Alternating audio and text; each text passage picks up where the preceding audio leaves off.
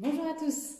Dans ce tuto, je vous propose de dessiner, peindre cette petite crèche en ombre chinoise.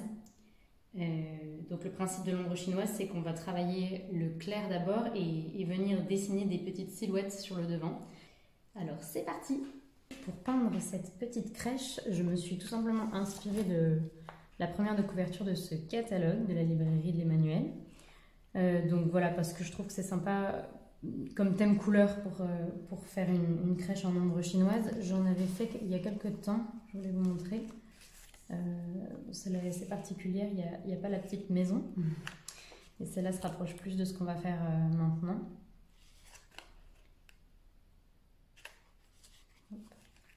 Donc j'ai commencé par sur mon papier, ici c'est un bloc de papier en 300 grammes, donc assez épais, et j'ai mis du scotch de peintre autour pour délimiter l'espace de ma petite carte.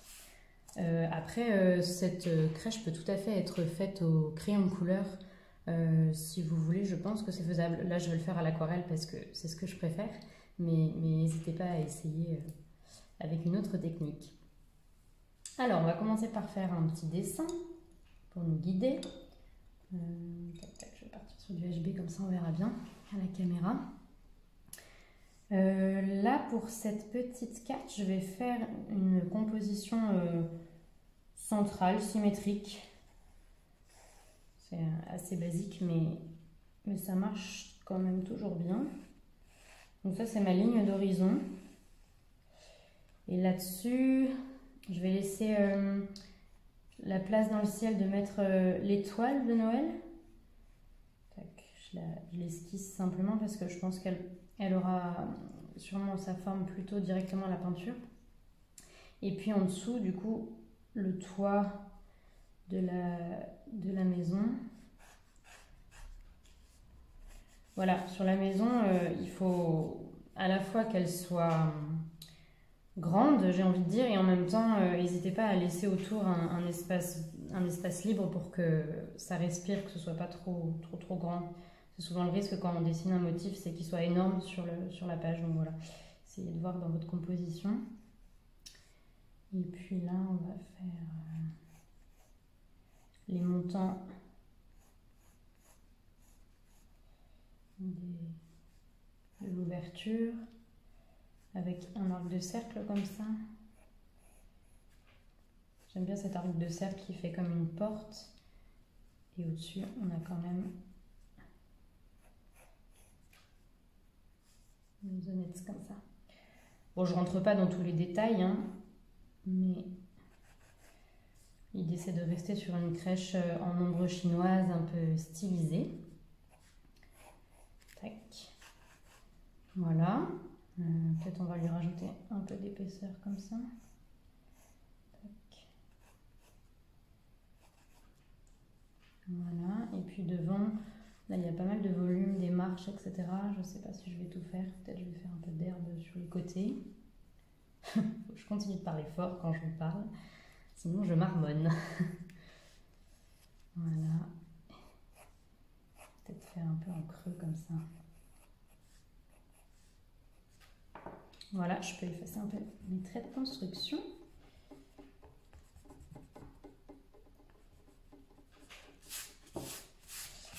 Et alors, pour les petites silhouettes dedans, je vais essayer de rester très simple. Peut-être on va faire la mangeoire d'abord. Quelque chose comme ça. Vous voyez, j'essaie de rester sur des formes géométriques assez basiques. Vous l'esquissez comme vous voulez. Ça peut être juste un rectangle si c'est aussi plus simple pour vous. Et puis au-dessus, il y a un peu de paille. Donc je fais quelque chose comme ça. De fourrage. Et puis le petit bébé Jésus, on va lui faire au moins la tête. Tac. Et puis je vais lui faire les bras en ravis comme ça. Hop. Évidemment, un nouveau-né ne sait pas trop faire ça, mais c'est pas grave, on est dans le symbolique. Voilà, et puis autour, on va mettre Donc une silhouette, en fait on va vraiment esquisser deux silhouettes penchées sur le bébé. Donc là, imaginons que c'est plutôt la Vierge Marie. Je sais pas si je l'ai fait à genoux.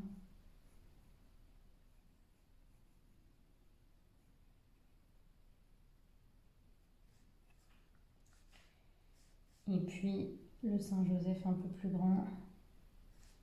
Saint-Joseph, on lui fait parfois un bâton un peu, là il n'a pas de bâton.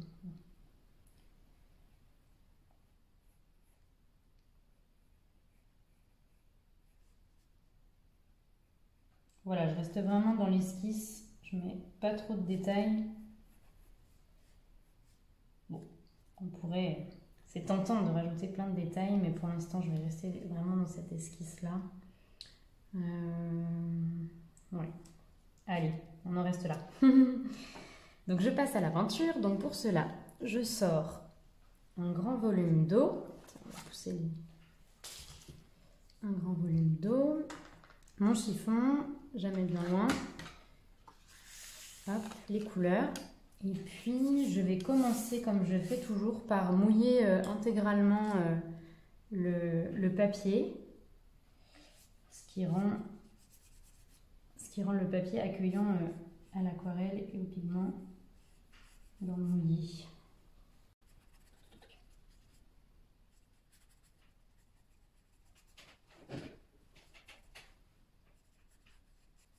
Voilà, je mouille généreusement. Bon, j'avais utilisé du scotch de récup, donc forcément ça bave, ne faites pas comme moi. Enfin si, utilisez du scotch de récup, mais pas trop non plus. D'un moment, il faut quand même le jeter, n'est-ce pas? Allez, ça se verra plus. Le but c'est de mouiller et puis après je ressèche, ça va pas. Alors, je vais partir sur le plus clair en premier. Donc, comme couleur claire, je vais prendre du jaune. Je ne rentre pas dans les détails du type de jaune. Prenez ce que vous avez sur votre palette. Ma palette n'est même pas propre, n'importe quoi. Toc. Ça, vous voyez faire le petit nettoyage de palette pour avoir un peu de place propre. Sinon, il va y avoir du vert. Ça va être très beau. Donc, je reprends donc le jaune et je vais mettre cet ocre jaune qui est en fait une sorte de doré. Et je mouille beaucoup pour que ce soit très clair. Et là, je vais venir peindre tout simplement les zones où je veux qu'il y ait de la lumière. Voilà. Et puis, je vais peut-être vraiment mettre des touches de lumière dans les points les plus lumineux. Toc, toc, toc. Peut-être auprès du sol comme ça, donc il y a toujours un peu un reflet. Je construis au fur et à mesure, hein, je cherche avec vous. Voilà. Et puis tout de suite dans le mouillé, je vais travailler autour le foncé. Donc là, on est sur un... C'est à la fois du brun qui tire vers le rouge et en même temps, au fond, ça tire plutôt vers le bleu foncé. Mais j'avoue que j'aime bien ce brun, donc on va voir si j'arrive à le reproduire. Donc, peut-être je vais commencer par le ciel. Donc je vais commencer par plutôt du bleu, brun bleu. Donc je prends cet ocre, donc marron communément, ocre rouge, et je vais lui mettre beaucoup de bleu outre-mer dedans. Le bleu outre-mer est en fin de course.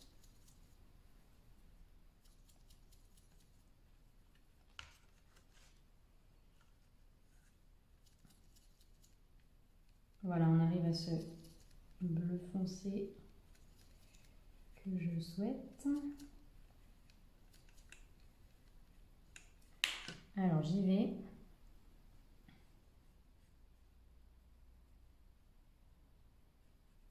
Et comme je travaille dans le mouillé, normalement les teintes vont se mélanger. C'est ce qu'on recherche. pour l'instant. Et puis après, on séchera et on travaillera dans le sec dans un deuxième temps. Il y a une poussière qui s'est mise là. Sympathique.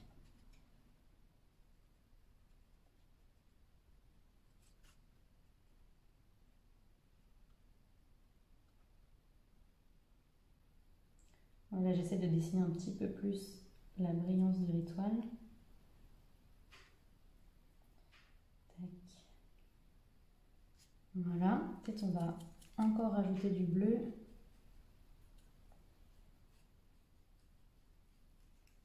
Voilà. Ouais, faites attention aux petites poussières qui s'insèrent. Jamais très copine avec elle.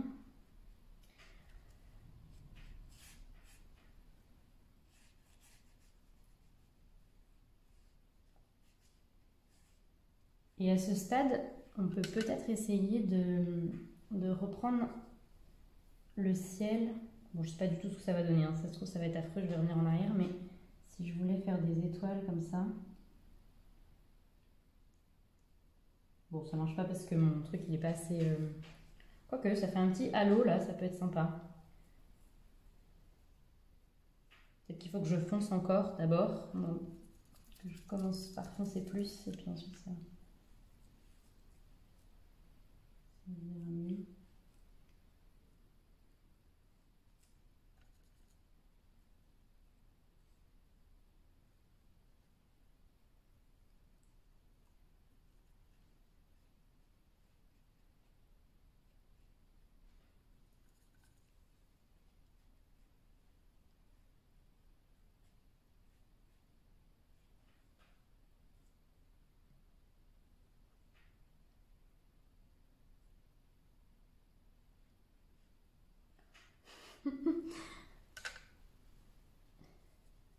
Alors, je recommence.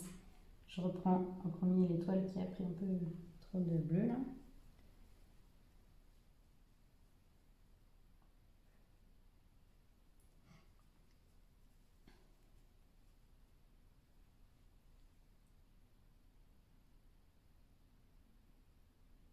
Non, c'est pas terrible. Bon, vous voyez la technique, au moins le principe.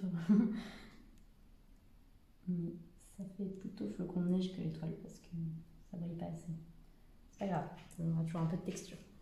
Donc, maintenant, je vais faire sécher tout ça. Comme ça, on pourra revenir dans un deuxième temps avec mon brun qui tire plus vers les rouges, surtout le devant et la maison. Donc moi, pour sécher, j'utilise tout simplement un vieux sèche-cheveux. Après, vous pouvez aussi aller faire un petit tour et revenir dans quelques temps.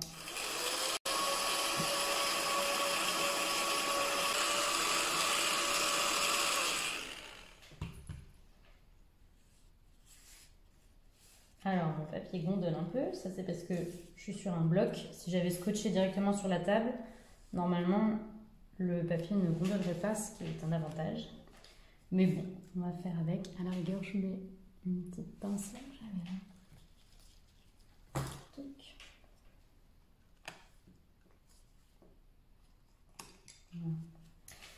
Alors, maintenant, je vais chercher ce brun rouge là. Enfin, c'est un rouge violet, j'ai envie de dire. Pour aller dans les détails de la petite cabane en ombre chinoise. Donc je reprends du bleu outre-mer et j'y vais avec du magenta cette fois. Magenta, c'est le rouge qui tire un peu vers le rose qu'il y a dans vos palettes normalement. Voilà, et j'ai ce brun violet, violet mauve, un brun chaud quoi. Tac. Alors, je vais y aller. Donc là, c'est bien sec, donc ça va faire quelque chose de net normalement. Donc je peux tout à fait mettre des tout petits détails comme ça qui attireront l'œil aussi.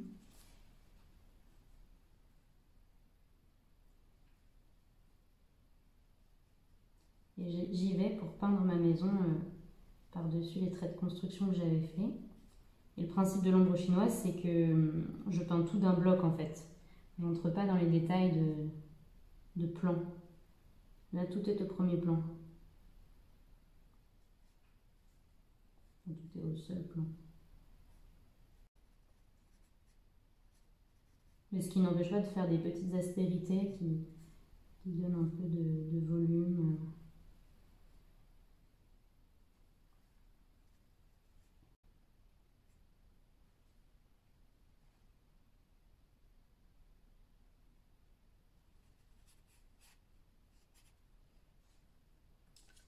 Dès que je trouve que ma teinte devient trop claire, je repars sur les pigments, les godets pardon, pour recharger mon pinceau. Et je continue avant que ça sèche complètement.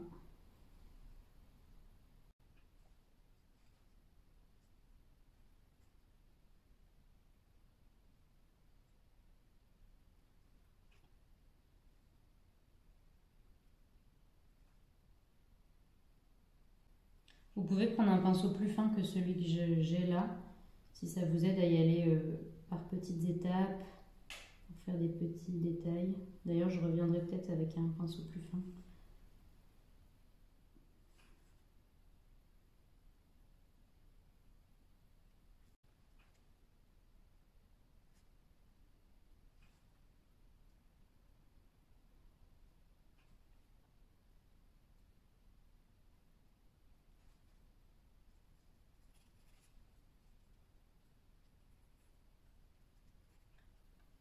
Alors là, j'ai envie de faire un petit fondu entre les bords de l'image où c'est sombre et puis le devant là où c'est moins sombre. Donc je viens avec de l'eau.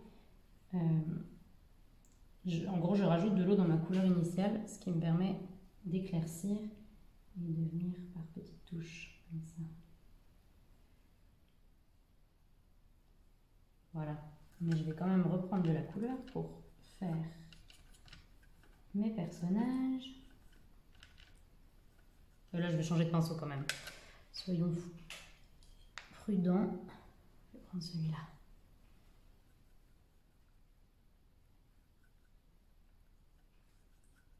Donc là, je charge bien en pigment pour que ce soit net. Et j'avoue que je mets un petit peu plus de rouge que de bleu pour que ça réchauffe encore plus. Vu qu'on arrive au niveau de la scène, je mets même un petit peu d'ocre jaune dedans. Allez. Vu que les personnages que je vais dessiner sont à l'endroit où il y a de la lumière. Alors, c'est parti.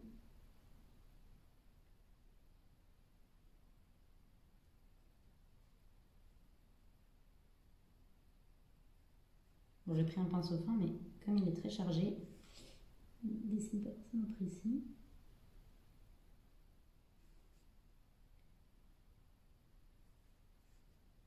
Ah, bah ça c'est la joie de la gauchère. J'ai mis la main là où c'était pas sec. Bon, c'est pas grave, c'est authentique comme ça. Le top serait de peindre avec un buvard.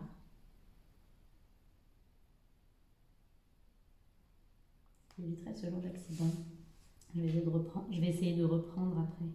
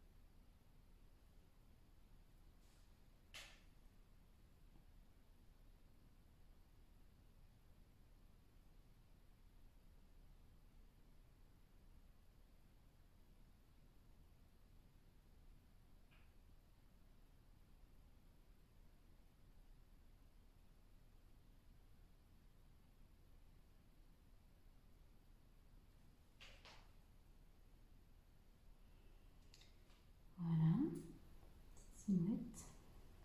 Je vais reprendre aussi ma petite porte là. Je laisse exprès un petit ray de lumière là, ce qui donne quand même un petit premier plan, deuxième plan, comme si la lumière venait frapper de l'intérieur sur cette, ce plan, j'ai envie de dire. Tac.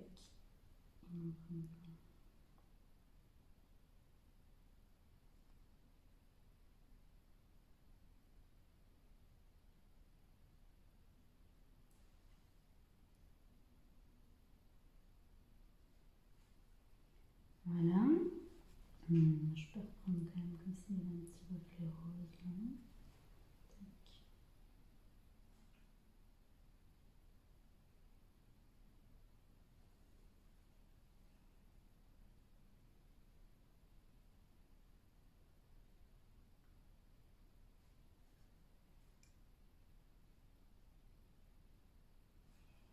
Ok. Et puis là, je donne un peu de texture devant, comme s'il y avait un peu de végétation. Voilà. Bon, on va essayer de rattraper le loupé là. Donc quand vous avez une petite erreur comme ça, l'astuce pour essayer d'en enlever, c'est que l'aquarelle, normalement, si on remouille, les pigments peuvent se décoller. Donc c'est ce que je vais essayer de faire là. J'ai mis juste de l'eau sur mon pinceau. J'essaie de frotter comme ça. Bon, forcément, du coup, ça va enlever la couche du dessous aussi, donc c'est pas très heureux. Vaut mieux éviter de faire ce genre de loupé. Mais voilà, pour essayer de récupérer le truc. Et je viens absorber avec mon chiffon après. On va faire la même chose ici. Voilà.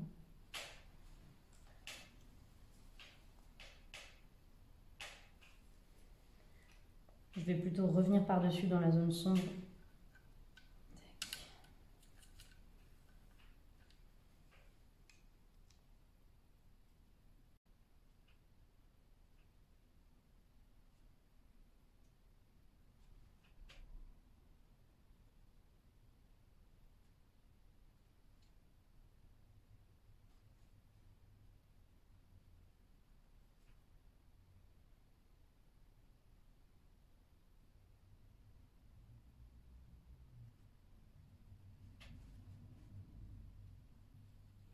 Voilà, je crois qu'on commence à avoir quelque chose.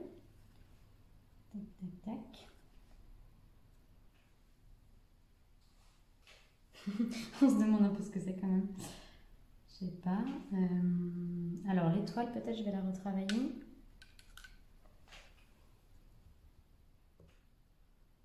Donc pour l'étoile, je vais reprendre mon ocre jaune que j'avais au début. Sur le bout du pinceau, que ce soit assez net à nouveau. Et je vais venir la redessiner comme ça. Ouais, c'est un peu trop quand même.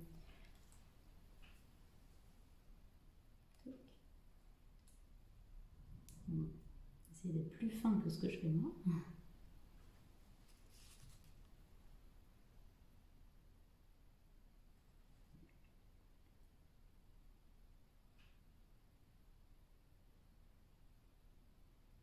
Voilà. Un peu grossier. C'est parce que mon pinceau est très chargé en eau. Ça donne une bonne idée. Et puis avec ce même doré, si je veux, je peux venir faire une auréole. Je vais essayer. Je tente toujours des trucs.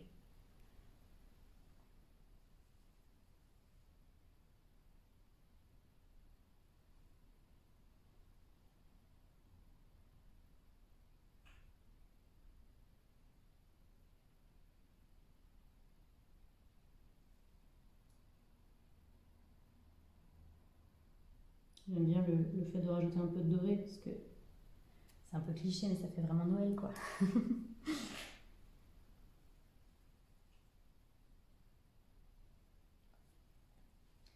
Voilà. C'est un petit reflet. Normalement, en ombre chinoise, on ne fait pas trop de reflets comme ça. J'aime bien tricher. Ça donnera encore plus de texture.